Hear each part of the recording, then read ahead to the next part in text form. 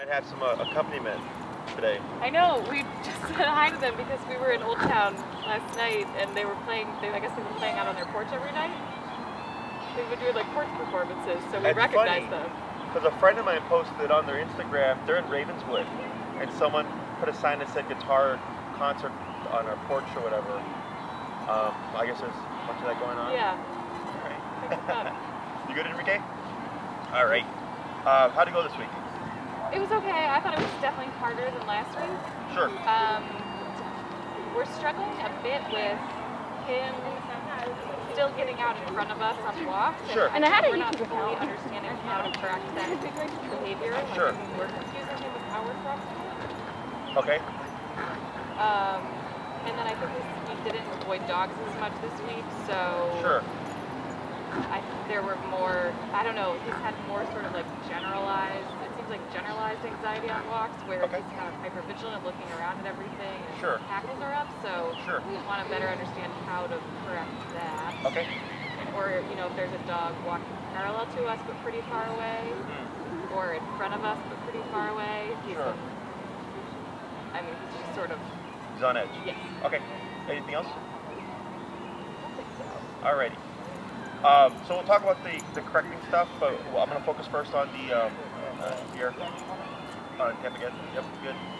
On the now not avoiding. Right. Now you're confronting. Right. Right. So things can seem worse. Yeah. Because you're confronting an issue. Right. So that's not out of the ordinary. And I would expect, it's not common, but not out of the ordinary that now he's going to be a bit more heightened. Because now it's like, all right, are we going to go out and are we going to see stuff? Right? Because now you're not, because if you see it a block ahead and you cross the street, you'll avoid it entirely. That interaction never happened. Right. Right? So that to me makes sense. When it comes to the hackles and stuff, did you see the explosion or did you just see like the hackles, the concern, the alertness? It's more the latter, the alertness. Yeah, there's only been, this week there was only one explosion, I think. Okay. But otherwise, you know, if we work to like de-escalate him around a dog that's walking by, say, then the hackles are up for a while after that. Sure, yeah, it's unresolved tension. Yeah, well, and he'll yawn and we'll tackle, look back, but in Sure. general, he's like the breathing kind of continuing, and then that moves back. Sure. Or yeah, even if like we live right off of Sheridan and I took him for a walk like to the mailbox and Sheridan stresses him out with all like fast cars. Oh, okay. So like then the rest of that walk that was more in a park area, he was just pretty edgy with that. Okay. And that's actually good to know, right? So whenever I see the dog go under stress, in this, for example, the car stuff, I use it to my advantage, okay? So that would also be something else that I would target, okay? The more you expose him to stressors, the faster he gets over it, okay? We tend to avoid stressors when it comes to our dogs, and it keeps them in this kind of like headspace where they don't know how to ever handle those things, right? Your foundation is always the walk, okay? I don't know if I talked to you guys before. Caesar Milan? Yeah. Yeah. Almost every case that he does, first thing he does is he walks, right? But it's structured. His structure is different than our structure, but we're doing the same thing, okay? So I would see that as an indirect way to help you get over reactivity stuff. Okay, because you said we go down Sheridan, he's on edge because he doesn't like the traffic, and then it's kind of like we're starting on the wrong foot, right? So I go, cool. Well then, I might just do every walk up and down Sheridan until you get him to be as relaxed as possible. He may not be completely relaxed, but as relaxed as possible in that context, and it makes reactivity much easier, okay? Because now you have controlled context, where you can start to figure out and experiment how to get him to be chill. Does that make sense? Yeah. Because they're both the same thing, they're both stressors. Right. But one's continuous because it's just constant traffic. So once you figure that out, and you don't have to worry about constraints like here, that dog just passed by, so if you don't get it done within that moment, you kind of lost that opportunity, right? Would you agree that it's like partly because of us, it's like we're avoiding Sheridan because we don't like to be out there, it's harder for us to control him, we don't like zapping him a lot, like part of it's we got to get over that. Would you agree? I mean, I think part of it is that there's lots of apartment doors that open directly out onto the sidewalk. Sure. So he is hearing, like, he will look at every single door. Sure. We've had dogs come out those doors, so I'm like, oh, that could be a unpredictable interaction. I don't feel totally ready for that. So then, take just the energy of sharing it, right? Like for here, for example, if we went to like, if we go more north, what's the area? Yeah, like Halstead-ish, kind of like close to the lake. There's a, I don't know the off the top of my head, but there's a, I think it actually is Sheridan. It's still Sheridan, but it's not as congested, right? And the sidewalks are bigger. They're like this, right? All you have to do is find similar energy, where it's a busy street, but it's just not a cluster of all these apartment buildings that are going to open up, because all you need is the energy. Right. Okay. So that you can work with. Okay. Until you get to the point where you're confident enough to handle them and share it. Right. Okay. So that's kind of your progression. The other thing would be, I know the way that I've taught heel is here, stop when I stop, all that stuff. That's the structure of heel. Life is not going to allow you to do that 100%, right? There's going to be gray area. So, if I have a row of houses here, but this is the street, you can walk on your right, because you put him there. So what this does is it gives space. Because if he's here and there's doors opening here, and a dog comes out, that's an immediate interaction. So you can always either how you're handling him or your environment adjusting accordingly. Yeah. And like it's definitely a girl. You can This is just tell. your that you know what it's supposed to look like, right? Well, he knows what he's supposed to do, but I understand life's not going to allow that to always be perfect. Does that make sense? So that's another thing. I don't want you to get too caught up on the obedience. So in my book, behavior supersedes obedience. This is always more important than the obedience stuff. Okay? So if I go move him to my right, which is against the heel rule, doesn't matter because it's easier for the handler to control them, giving space. It may be easier for him to handle a dog coming out because now there's a buffer. You're the buffer, there's more space. You know, you're able to scoot off a bit more to create a bit more distance. There's a lot more that comes from it. Okay? That's another thing to keep in mind. But there's no right or wrong in my book. It's just what's going to work best in the moment for the handler, for the dog. And everybody's interpretation of success is different. I get clients with reactive dogs that still to this day step aside and let dogs pass and then they walk. And they'll tell me, Jesse, I know like I should be able to just walk past the dog, but this makes me feel the most confident. And I said, that's fine. That's your answer. I get other people, they go, no, my dog's gonna walk past dogs and they're not gonna bark. And I go, that's cool, that's great.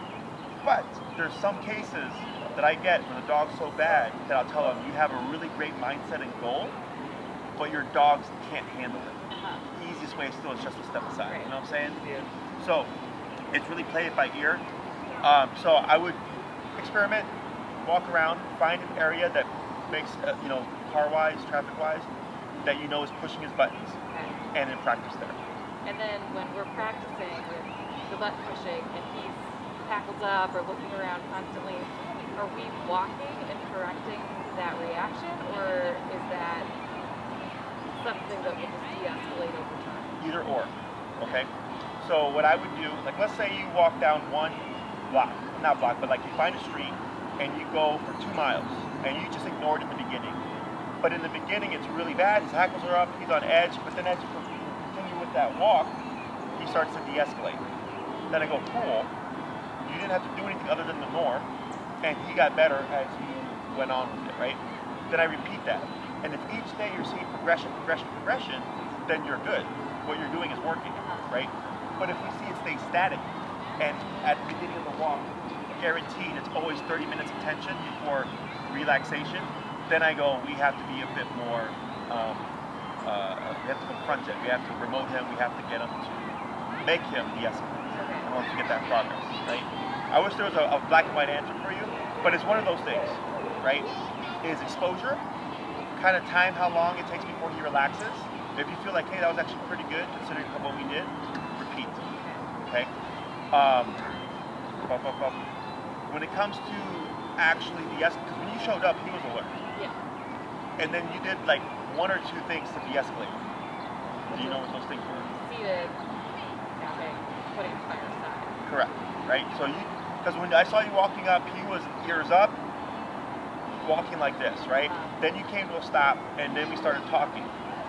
Before you actually addressed him, he went for a few minutes unaddressed, and he was stuck, like in this trailer, right? And then when he came, then he started pulling ahead, and that's actually when you addressed him, right? So you want to get in the habit of, as soon as if I'm settled, he should be settled with you, right? So right off the bat, as soon as you came out with a remote, because if you know what your pictures is supposed to look like, you know what I'm saying? Like him just here, kind of just like, I'm fine with this here, his energy, his ear, he's looking around very, very slowly, as opposed to earlier, he was like this, right? So you're starting it as soon as you come to that stop. When it comes to on the walk here, and this is probably gonna be your answer for if you're exposing them and you're seeing more tension, dogs can learn to do both, where they can be vigilant, but at the same time, like at the environment, but at the same time be aware of you. Does that make sense? Yeah. So he's walking with you, but he's still like this, right? He's playing that. What I do there is I experiment and I'll start to give slack, because a lot of times the vigilance will override the obedience, and you'll start to sneak ahead, which gives me the opportunity to remote and do that turn. Because if you keep your leash as short as it is, dogs will learn to recognize that length and kind of learn, I can only go X distance because I'm going to get caught on that leash. I'm not going to be able to get further. So when you give more slack, the brain kind of registers that and then goes even more, which gives you the opportunity to do your correctional turn, which should then de-escalate it. That's how I do anticipate it, okay? When you said, when you're walking, you're correcting them, but it's not registering? Yeah, so, well, I guess my question, I think one of my questions is, when he's hyper-vigilant and we're out on a walk, are we always trying to bring him to a sit to try to bring him back down to this baseline? Or if he sort of hackles up and gets puffy about what we can't tell anything specific, are we correcting that reaction or in motion, or do we stop sit? If the behavior is happening in motion, technically you stay within that behavior. So you stay moving. Okay? So I'm walking, I see the vigilance, I give some slack, he goes, boom. Okay. I'm giving him the slack to make the mistake, to give me the opportunity to correct. Technically. Okay? This is why I say it's easier when you see a dog coming in the beginning to be proactive and step aside and make this happen, because this is always the easiest. But if you stop and remote him to settle and then move again, the brain goes right back into vigilance. Right? That's why you have to do the correction as you're in the behavior of movement. Does that make sense? Yeah. So like, as an example, when people pet dogs and the dogs jump, and when we're doing this kind of training, when they're petting and the dog starts to get up, people tend to stop and do this. And I'll tell them, don't do that. I'll tell them, when you're petting, simply stop, but keep your position. You're trying to keep the picture the same. When the correction happens, and as soon as we get what we want, we go back to doing this. Does that make sense? It's the same thing. Like, you're keeping him within the picture of we're moving now, and I'm going to correct this so that he's able to get calmness while he's moving. Because if you stop, it's going to restart. And you stop, it's restart. And you're going to find this constant back and forth because he's not learning to be passive in an act or moving state. Because reactivity when I look at them with reactivity, when I tell people to step aside, so it's easier when a dog is stationary because movement is already a part of reactivity. Like, you're already one step into the behavior. The next thing you need is the lunge. But if the dog is in a sit or passive state, he has to kind of build into that moving state. Does that make sense? Yeah. So. Oh, sorry, go ahead. No, you're fine. And I think that's why we need to figure out what we're doing wrong with him. Like, he's probably like, I don't know, when I step forward, a lot of the times he's like right here. Like, I feel like he's leading the walk a little too much. Sure. But then when we're moving to ground, then I think he's like very quickly getting out in front of us in that turn. Oh, yeah. And then he's anticipating us turning any other way. Sure. Like we've at least recognized we anticipate the next time, so it's never happened that way. Sure. But still, I think we're not telling him correctly kind of right where we want. That is not uncommon. I wouldn't expect that to be happening now. But I get that myself where it's turn, correct. And yes, the dog gets over, they get a little paranoid. But eventually you see it tie in where they'll lock into position, but you look crazy and it's like back and forth within 1 to 2 steps until he finally clicks and goes, oh, here. Okay? So we'll go ahead. The other stuff, did I answer your questions on that? Okay, so let's go and start with the leash walking stuff. Okay, I'm gonna have you show me what you're doing, and if you think you can kind of make that response happen, I'm gonna have, even if you you do something like incorrect, just so I can see. Okay. Heel.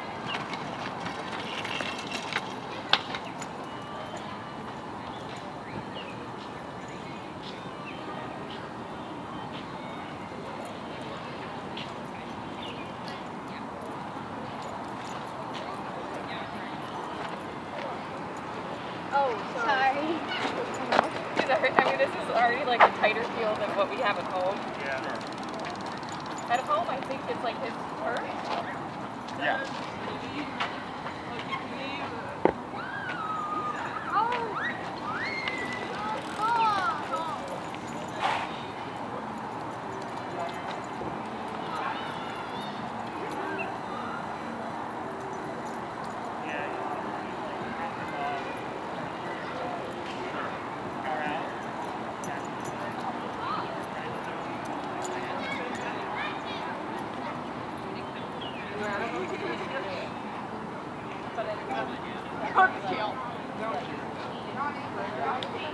Oh wow, that's quite a bit.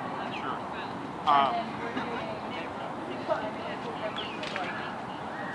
Turn. Okay, now you hate me after I love you? Yep. Yeah, he'll come out live, he'll be like flustered, and then he'll like turn and look at us, or just sit and Sure. I guess does eventually knows why. I want my next one flies out. Why do you see me? I see this being okay for me. Today I got it.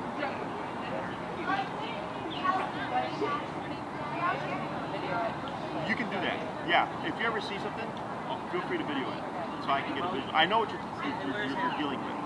It's the explaining how we're going to fix it. And I actually think one of the clients that we have now had this issue, so I'm going to look at the video, find the part, and I'll send it to you. But it's the same thing that you're dealing with. And out in the video, I'm like, turn, because the dog was just overcompensating because she was becoming paranoid. And he just kept her under pressure, and then finally she locks in, and then it's great. Okay? Which is the same thing that you're dealing with. Yeah. So you just have to be very rigid, back and forth. Okay? And if he looks like he's on the right and starts fanning to the left, you can use your leash tension to guide him, but you're keeping that remote on the entire time. So eventually he goes, this is not worth it. Here I am. Okay? And then film it so we can see what we get with it. That should remedy the tension, hackles and stuff as well. Like each of these things is an answer. Either taking him on a busy street and just focusing on it until he just learns to pacify, or if you're walking out and you're just seeing in your neighborhood, he's giving you this back and forth behavior. It's the same concept. Okay, it's just a lot of pressure for him to essentially cave and go like, all right, the stuff that I'm typically worried about isn't that worrisome. Not following mom and dad is worrisome because this is real. He feels it as opposed to the physical thing, as opposed to an emotion. Okay?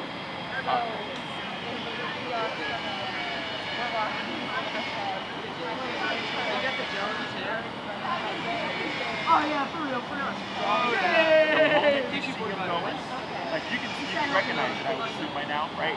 When you do the directional turn, he's already going, I'm turning already. And if it looks like he's turning preemptively, then I tap before I turn. Because some dogs will learn, because you do the turn tap, some dogs will pick up on this and do everything spot on, and they're really playing with that little space. That I'll go, okay, well I'm going to tap before I turn now. how are you going to beat that? Right? So there's a lot of options here.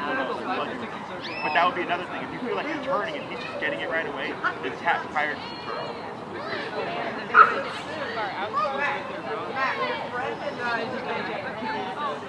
What you can do is you can speed up and tap if you want to keep your leash back. Or technically, yes, you can pull in a little bit, just enough to like do this and let the remote come in. What you most likely see is more going the opposite. So I would put tension on, bring him in, and I keep tapping until eventually he caves and runs to my leg. Okay? You're always going opposite to him. So the dog pulls left, you go right. They pull right, you pull left. They pull forward, you pull back, you pull forward, which is going the opposite way. Or if they lag, I speed up. You're trying to create distance so that he has the power makes him move in here, and he learns that this is the pocket that shuts everything off. Okay?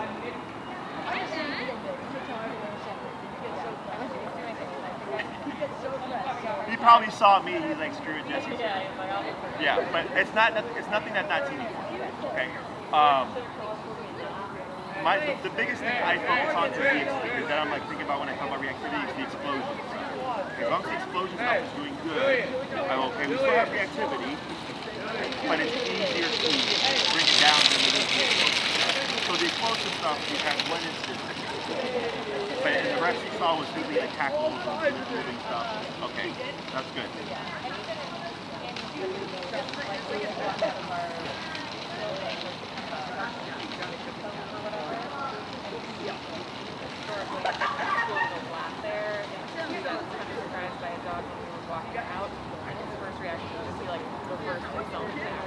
Sure. That is true. That is correct. And what happened after that?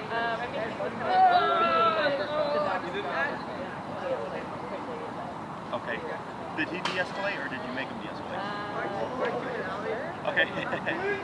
And stuff like that, I use it to my advantage. I just start tackling him. Okay. In that moment, like if you're going through the door, for example, like you see a dog, like I keep my movement and I'm remoting. If anything, I might shorten just to limit his space to keep him going, right? Because we're trying to keep that state of motion. And we see if that fixes the problem, okay?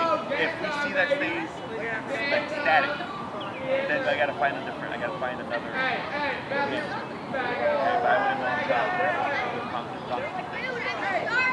but those sudden run-ins, I get a dog those sudden run-ins with dogs, where it's unplanned and just all of a sudden, are always on the spectrum in terms of time. But you noted he went back, there was some space before he actually escalated, which is good. Okay? Anything else? No, I guess so my only other question is, we're like walking for a long time, for a long time, we're walking behind one for a while, and I'm studying him, I feel like every time he's like looking that way. You can. If he's staying on your side, you really can't use the turn. I would tap anything that looks like too much or too concerning. I'd let you know like what's going on over there. Like it doesn't matter what's going on. They're across the street, right? But I will say that's gonna be harder because you're parallel, right? So you can try that out.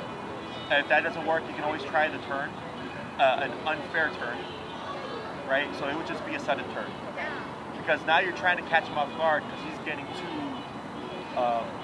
deep into like what's that dog doing across the street? Does that make sense? Yeah, so like I do the fair stuff when we're good, we're walking, we're having a nice walk, he's being well behaved and he's matching my movements and stuff. But when I see other stuff like reactivity or too much concern with what's going on in the environment, you can throw in unfair movements to keep him on his toes. Okay, I take advantage of, like let's say like you're standing in the corner and he looks off, I might just sneak off and start walking and remote him. Because then he's like, crap.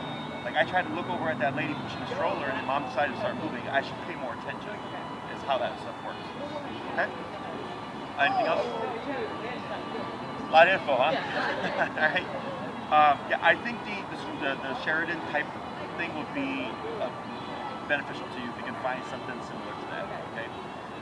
And then keeping with the motion and not stopping every time you see his hackles go up. You know, trying to get him to de-escalate as you're moving.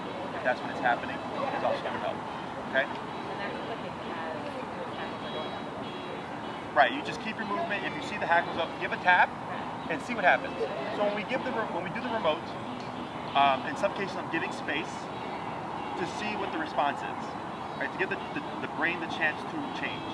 So like I think it was last week, you were stepped aside, dogs were passing, and I said nothing here. And then finally he started to do like this, and I said tap, right? And then we waited, and then let him settle, and then we didn't do anything, right? Because when we did the correction, you have to give them the chance to respond. When I keep pressure on a lot, it's because I can see the dog's not changing it, right? But since he gives a considerable response, I'm giving him a chance to change the behavior. So if you're walking with him and the hackles go up and you tap, you give some space to see if he settles a bit, right? And if he looks calmer, I would let it go to see if he goes down the rest of the way. Because if you try to keep him under too much pressure just for the hackles, it might build up, okay? But it's all trial and error. Okay, and then for questions like this stuff as well, because I think there's stuff in the home that you wanted to cover. Barking in the home. Yeah. Yeah. You can set up your Zoom sessions, and you can do that whenever. Like you don't have to wait a week or whatever. You set up whenever you want. And I think it might be good now, like midweek, so we can talk about the in-home stuff and then any other stuff reactivity-wise. Because it's a lot of just FYI. Okay. Anything else? Otherwise, how are you feeling with like the progress so far? Good. I just saw what your response from making incredible amount of progress, and I just don't have so Sure. I'm trying to remind myself that we've only made 2 weeks of this, so Yeah. like we're all still trying to learn that more, so Yeah, I think you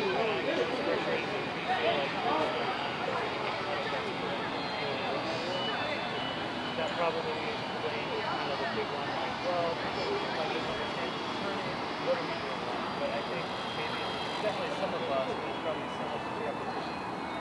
Repetition, exposure. Yeah. You know, because again, it's 2 weeks, right? So you, like, if you do comparison with positive only, and then the e-collar, like the rate of progress and the speed of progress, Warp speed. right? So all that stuff is common. One thing I will suggest is if you feel like you're getting too frustrated, I let go.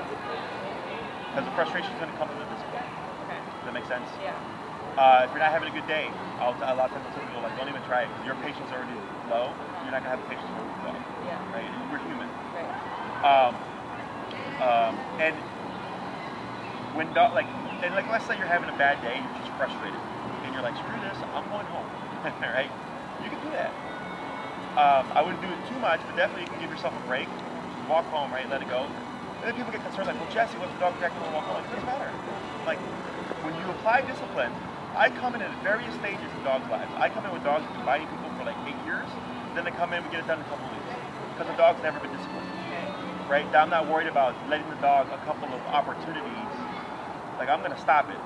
That thing goes to 127. You're on 5 or 6. You have 120. There's still a lot more discipline to go, right? So I wouldn't worry so much about that. Those are just other things to keep in mind. And always feel free to shoot me an email. Okay. Okay? Any questions and stuff? Feel free to shoot me an email, and I'll coach you through it if I can. Okay? So what we're going to work on today, we're going to do something a bit easier. Next class, I would anticipate moving into recall, because the reactivity stuff is pretty much this. Checking in on the week, how's it going, by the way, and then keeping, making any adjustments and tweaking. Give a tap here. Hold.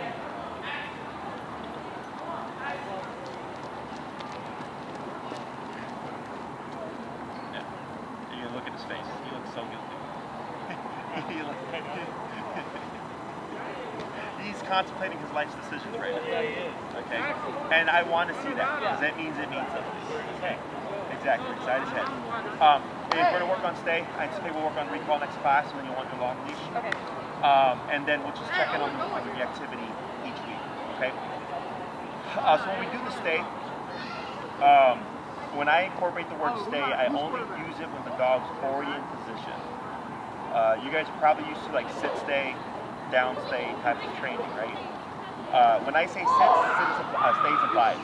Sit, don't move. Same thing with the down, don't move. Okay? The only time I say stay is when the dog's already in position. So right now, he's not in a sit, he's in a heel. But the sit is a part of that command. So if you moved again, his inclination would be to move with you, right? So since he's already sitting, human logic says I can't say sit. I could say down, but we've not taught that yet. So this is where I would say sit. Don't move from the position you're in. I'm going to move, you're not going to move. Does that make sense? So what we're going to do here is, since he's on your right, you're going to issue the word stay. You can wave your hand. You don't have to worry about going like this. Just stay, go like that, right? And you're going to step out with your left leg to face Finn like this, okay? So if you step back, you be back on the side again. Okay? Correct, with your left leg, right? So with the heel, when you move forward, it's with your right leg. When we do the stay, you're stepping out your left leg, and you should be immediately facing him like that, okay? So, and that's... Sorry, he tends to sit at this 90-degree angle to us, so should she try to orient him to be Yeah, you can pivot. face to face, or should she just go 90 degrees? Which you can, like, here, see how she pivot? Yep. And then that allows you to do your the step out, okay? And then you're going to step out, and then he doesn't move, good, step back in, okay? Now, if he does move, you're going to step out, have your leash. If he gets up, you're going to pull up, tap, tap, until he settles. You're probably going to see a lot of this, okay? You're giving space so that we don't get him to become too frantic until the butt settles, and then you relax. And then you're going to position yourself next to him again, okay? And go on the sidewalk.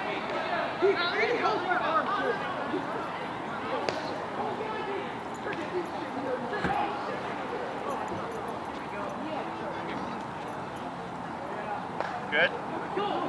And then right hand, stay. Stay. Up, tap, and then wait, relax. Back to the side. Up, tap, yep. Bring them in a little bit. Yep. Now go ahead and position yourself. I'm going to have you do a quick heel.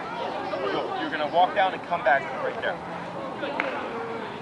Smaller dogs are trickier to work with.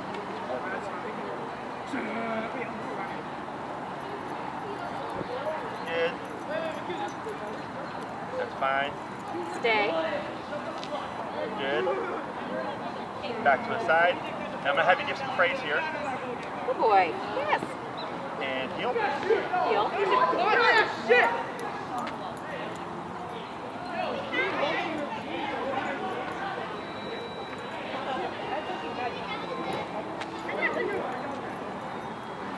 Good. Stay. Up, tap, good. Relax, good. Back to the side, good. Keep where you're at, pull them up, pull it forward a little bit. Yep. Tap, forward, tap. Pivot inwards towards you. And pull to your right. Yep, Tap. yep. Or see what he does here, pivot. There you go. Now relax. Now up. There you go. Now right there. Good. So when he goes into that, what I would have done is grab a little bit closer to his collar. The closer you are to his collar, the more direct and immediate leverage you'll have. It's harder because he's lower to the ground. So that this would have been much easier. And don't be afraid to be a little bit more direct, okay, with your moving him. Yeah, because when he's being remoted, he goes into panic. He needs firm guidance to say, like, no, bud, like, don't freak out. Right here. Okay? Go ahead. Heel. Heel.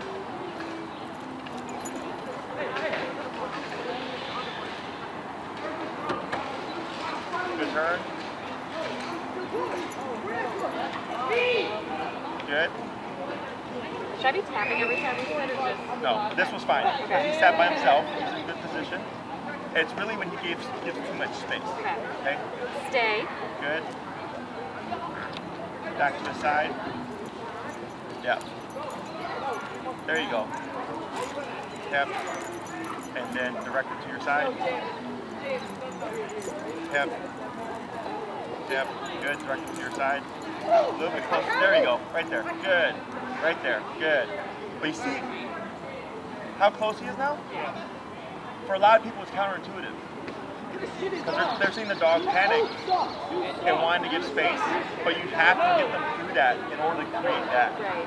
But that's why that immediate pressure is so important, because if it's too much slack, it's more in his favor than it is in yours, okay? If you wanted, it's okay. If you wanted, you could tie in food to this, okay? It's an extra step. So when he gets it right, like here, that's when I would feed. You know what I'm saying? To make it a little bit more clear for him. And so he starts, because right now, his instinct is telling him, move from pressure. And he's sensitive to you, because when you come in, he's going, whoa, because you're taller, right? So to get him over that, it's just countering, yep, and that's normal, because his nerves are up. And so eventually he's like, okay, mom's coming. Oh, nothing happened. It's the same thing with the cars. It's the same thing with like dogs. It's all just stress and pressure. Once he learns to handle it and not have to move, it becomes easier. Okay, so that was good. Try for a couple more. Heel.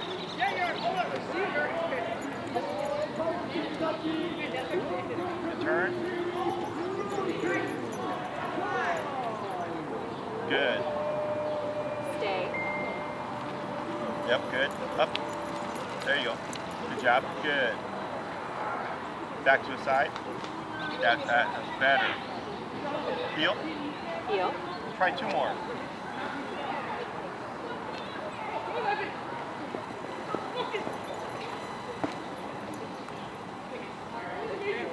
Stay. Good. Back to the side. Look at that. Boy. One more. Heel.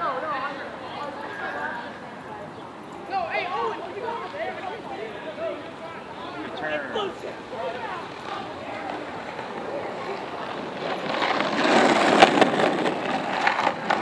Stay. Yep, good job. Back to the side. Good. Good boy. Embrace. So right now he's still in the stay. Let's go to swap handlers. Okay. But keep him in that position.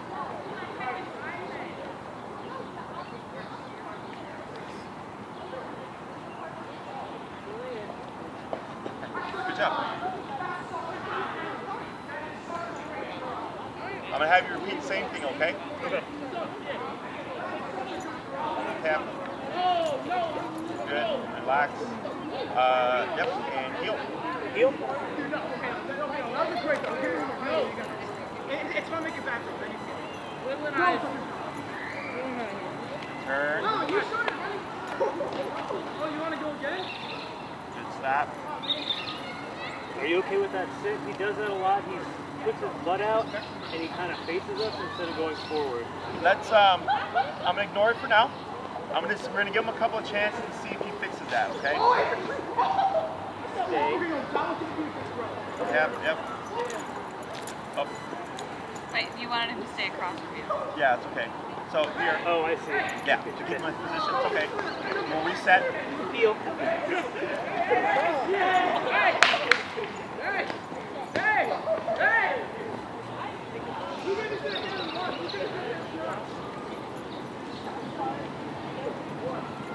Good.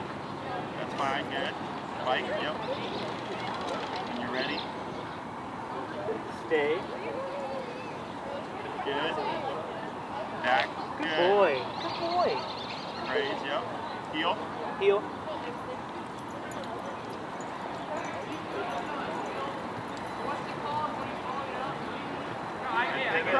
No, something that like when it goes when he goes, it's so much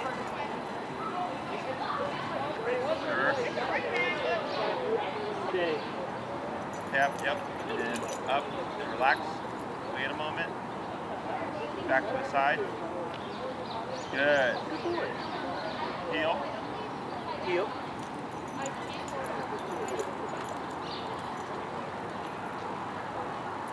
Turn.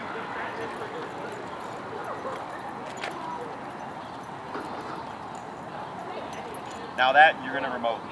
So keep where you're at. Yep. Almost. Counter, right? Almost. Yep. You got it. Right there. Right there. Sorry, buddy. Good. Now go ahead and you're going to pivot to accommodate him here. So that one we corrected because it was too far out, right? And then here he was still a little bit off, but it was about half, maybe a third of what it was before. If you try to always push for 100, it doesn't always work. So I try to pick and choose battles. But since he gave me more, like he fixed the problem more rather than less, I accepted it. But technically, there was still a bit more that could have been closed off. You know what I'm saying? Yeah. Question? Yeah, I just hope that we can push through that. You're saying probably will, because now he's expecting attack, he's getting nervous. When I need to stop, he's like, oh my god, you might or he's expecting this, like a pull up for him, like, oh, I like a tap, so he gets freaked out and then he does that. Yeah, So and you got to counter it, correct. Because that's what happened with her. So when you were stepping off and stepping back, remember he kept fanning out? Yeah. And then you corrected him? You stopped doing it. He's actually doing good with you too. He's had a couple where he's given into it, but we're dealing with different handlers, and you're taller. The other thing is men tend to give off more presence, and that's another thing that dogs are really sensitive to. So I'm already seeing progress. It's not everything all at once, right? But you make progress in one aspect. Once that's done, then it allows you to make progress in the other aspects. Okay? Go ahead.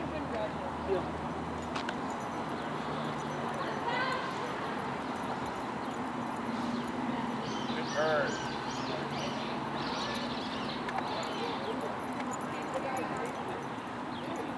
Stop. Good. Good.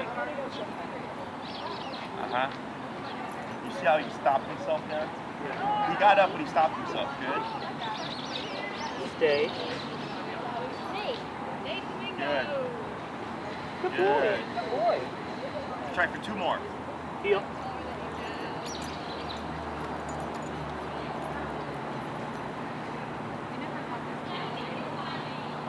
Oh. I got home, his tail is like He's king of the castle.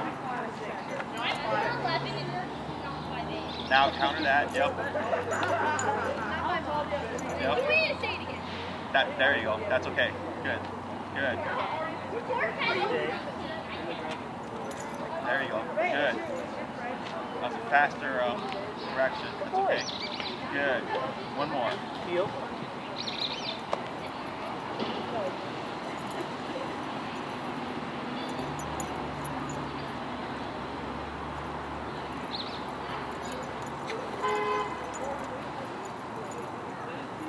Good turn.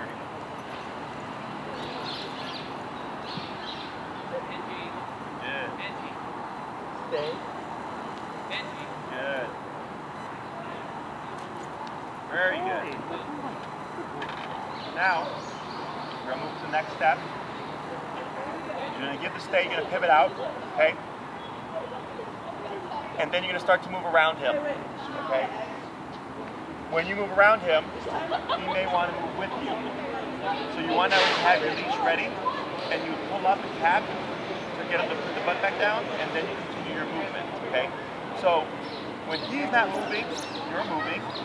When he moves, you stop. Does that make sense? The reason for this is, if he gets up and you try to remote him to sit back down, he's gonna try to come to your leg because of heel. So you stop to allow him to differentiate. Oh, this isn't heel. He puts his butt down, you relax, and then you continue your circle. Okay? Questions? How fast should I bear? Like the speed that you're like this, and then I would probably go like that. You do it now. Stay. Right? And then pause. And then keep out like this. And now you're going to start to walk around him in one direction. Now here, you're okay. Go ahead. So we're up to one. We're going to pause real quick. I forgot 2 times in the day. I forgot. If he swivels, that was kind of a swivel, right? Ignore it. Don't remote it. Picking up his butt, exactly. Okay. The swivel. Why is Jasper calling me? So he's trying to keep focus on you. So as you're moving, a lot of times dogs do this. I let it slide because it almost always goes away. Okay. Unless that butt comes up, then you, of course, would remote, and you want to keep him, you want to prevent him from coming back. So here, when you keep him like this, you're trying to force the butt to sit down away from you, because if he comes here, he's thinking heel. He's thinking, oh, that was the answer. And we're trying to teach him that the answer is putting the butt back down away from us. Does that make sense? Okay, go ahead, try again. Benji. Benji. Stay. Benji. Well, Right, that's okay. Stay. Right, that's okay. Good, back to the side. Praise. Good boy. Good boy. yeah. And correct, yep. Good job. Good, and then heel to stay. Heel.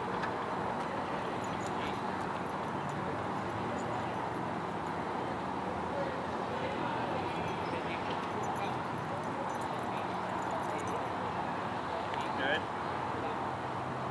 Stay. good. Stay. Up, tap. Away, yep, tap. Tap. Tap. Good. Now, you're going to repeat that circle again. Don't repeat the command, but you're going to repeat the moving around. Okay. So go ahead and pivot out. Okay. Stay. There you go. And then move around. There you go. Up. Right there. Good, good. And around. Up. Good. Yep. Back to the side.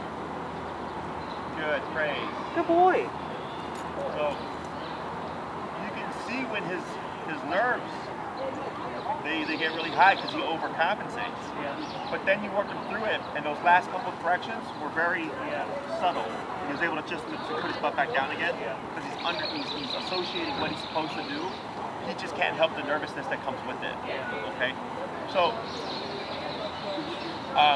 the reason why this is effective is because nervous energy wants to move. It wants to like chase on, like kind of like anxiety. So you're countering him by saying, I know you're nervous and you want to move, but we need you to sit still, which makes it harder for him. Does that make sense? Let's try it for 3 more and then we'll swap handlers. Okay. Stay. And do you want me to do the command again or not?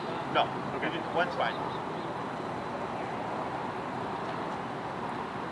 Good. Back to the side. Good boy. Perfect. Good stay. Good 2 stay. more. Stay.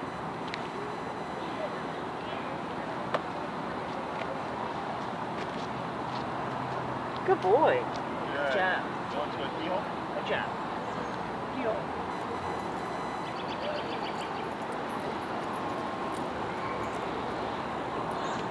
Tap.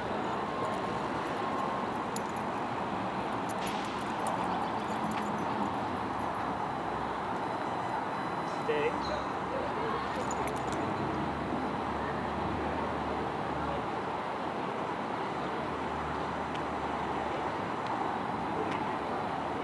Good boy. Good.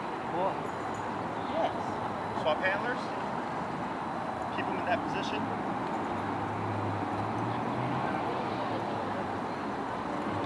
Yeah. Yeah. Good.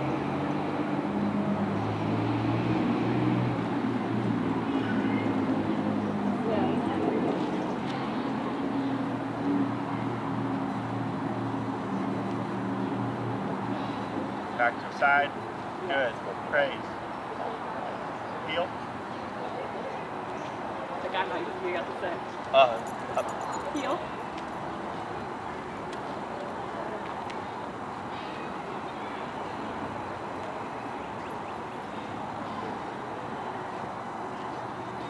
Good.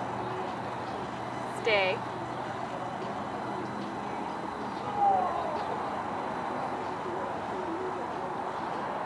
Try one more walk around.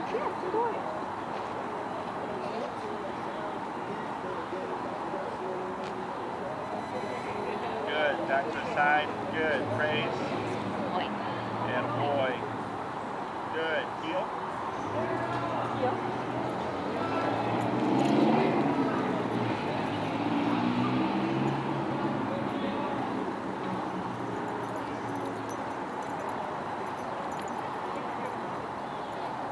Good.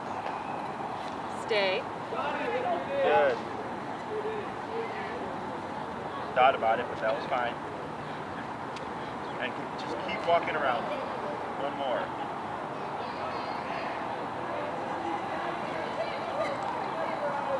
Yep. And back to the side. Praise. Yes, good boy. Good boy. Is this stay and motion every time? Or like when we're doing this in training? I mean, you can say stay and just flip it off. I do it just to give a visual. Okay. But, I mean, for me, the ultimate training is just verbal, Okay. right?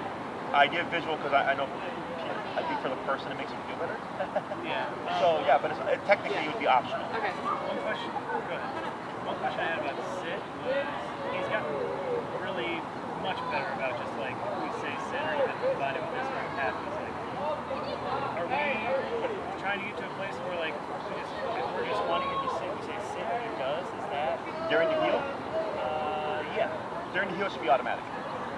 So as soon as you come to a stop, that butt should be going down. If we're not seeing that yet, if you're always using the leash, I'd stop using the leash and jump straight to the boat. Okay. Because that's the non-verbal With sit. the verbal or not? We're trying to pull that out. Exactly. I guess I was confused because you just said like ultimate is the verbal with this, but not with sit. Oh, because we, so the heel, the sit is built into it, right? It's a package. Sit is a separate command, which we can cover. Okay. Then the answer? Yes. As part of the heel, that's what the whole heel looks like. So there's no need for the Yeah, heel is walk with me, stay with me, sit when I stop. That's a package. Okay. Sit would be like, let's say you're walking, and as you're walking, sit, and you're still moving. Okay. Or if he's loose, running around, Yeah. sit. Okay. Go ahead. Do a heel to stay. heel.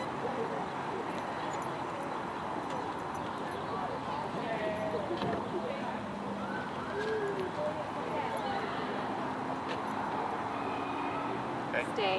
Okay. Good.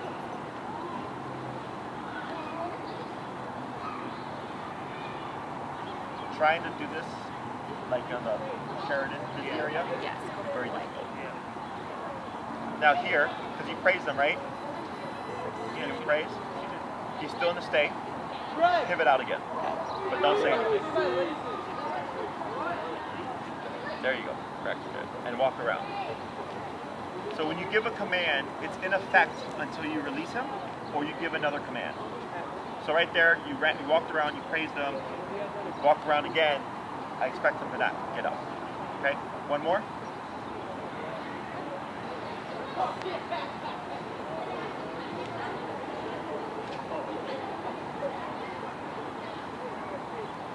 Very good. Good boy. You can go ahead and step off to the side here just in case you're out the way with people. I'll give you your homework for the week. I saw a lot of good stuff. Big difference from the start of the lesson when he didn't know what to do. Working through the nervousness. Handling you returning to a side better and not spacing off. That improved a lot as well, so that's all really good. He also got a little bit more relaxed, because then he's starting to associate, understand, or learn what he needed to do and not do in order to avoid pressure. Okay. In terms of applying this, what I suggest for people is on your walk, you hit a red light, stay, practice the red light.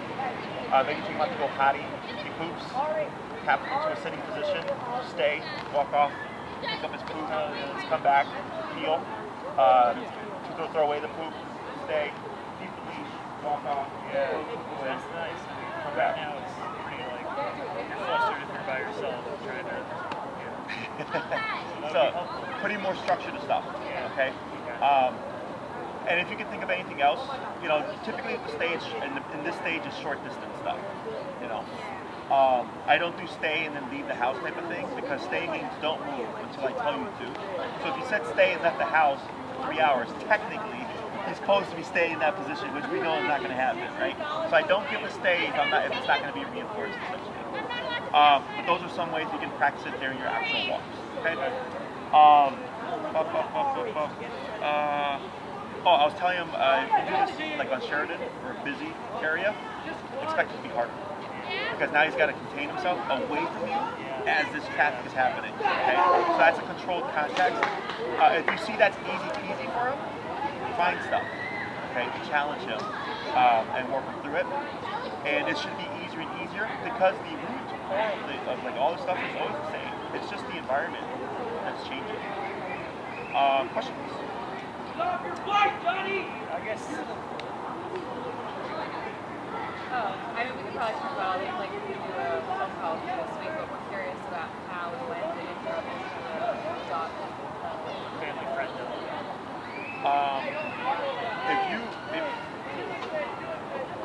If you care about that more than recall, you can do it next week. Okay. They would need some level of control over the dog. Okay. So if it's like a spazzy dog, not gonna work too well. Okay. Like Penny would be great. Lucy. Yeah. And then I would plan for a bit of walking. Just give them a heads up. And then I'll show you how we go about introduction and building a relationship. Okay. So we would do that during the session. That's something I can show you. Okay. But yeah, we can do as soon as next week. If you rather that, I have no problem with it. So we'll talk to our friends, and if it works for their schedule, we could probably like do that. Sure. Yeah. If not, we'll do recall whatever, and then it can be the week after or whatever we can get them Okay. in. But definitely a milder, chiller energy. And then handlers that have decent control over the dog. That's what we have to do. So then yeah, that's not a problem. Okay. Okay. And then does he have a muzzle? No. He does. Okay. Do you want us to get one before that? I know you suggested it, and then he stopped doing the behavior. Yeah, we haven't had nipping at all. Sure. But we could. What's the other dog? What kind of breed? Like a small eagle. Okay. Yeah. Okay. He's laid back or? Yeah. Pretty laid back. Really back. I mean, like playful, but not like. The main guy that tried to before said that they've had people quite a bit. Okay. Stay on the U.S. side. Because if you try to do the muzzle and then like kind of rush into it, that can cause more stress because you're removing a source of defense. So there's not going to be enough time to get him comfortable with that. So what we would do is I do it sans muzzle, and we'll just see how things turn out. More often than not, when we do it correctly, I don't see anything, but I always like to plan ahead. And we'll see how it goes. And if it's like, yeah, I think it can be done, but we need a muzzle at some point, because you're gonna have to let them intermingle, and that's where it comes into play. Because just because he's fine here at the park, walking with the dog and sniffing and stuff, he may not be fine with like if he's sitting at your feet and the dog walks up to you. That's a totally different context. Okay. But I'm looking to just start researching and looking into getting one. I think Baskerville probably has one his size. He does have a little bit of longer snout, but I think we should be fine for next week if it happens that quickly. Otherwise, it doesn't hurt to pick one up and just start conditioning, because at least you're going to be ahead once the time, like the need for it happens. Okay. Anything else? All right. So go ahead and schedule that call whenever you're ready for the Zoom, and we'll cover the stuff inside the home, any kind of lingering questions in the activity. And if you wouldn't mind, shoot me an email to remind you. I can send you that snippet of that client that I worked with that was kind of dealing with what you were. Okay, sounds good. And then you schedule it for how you want it. Yeah, you can do it with Maria. She'll schedule it, and then you can still have your class next week. Okay. Okay. Awesome. Thanks for your help. Thank you guys. You're welcome. Good job. Yeah. Good job.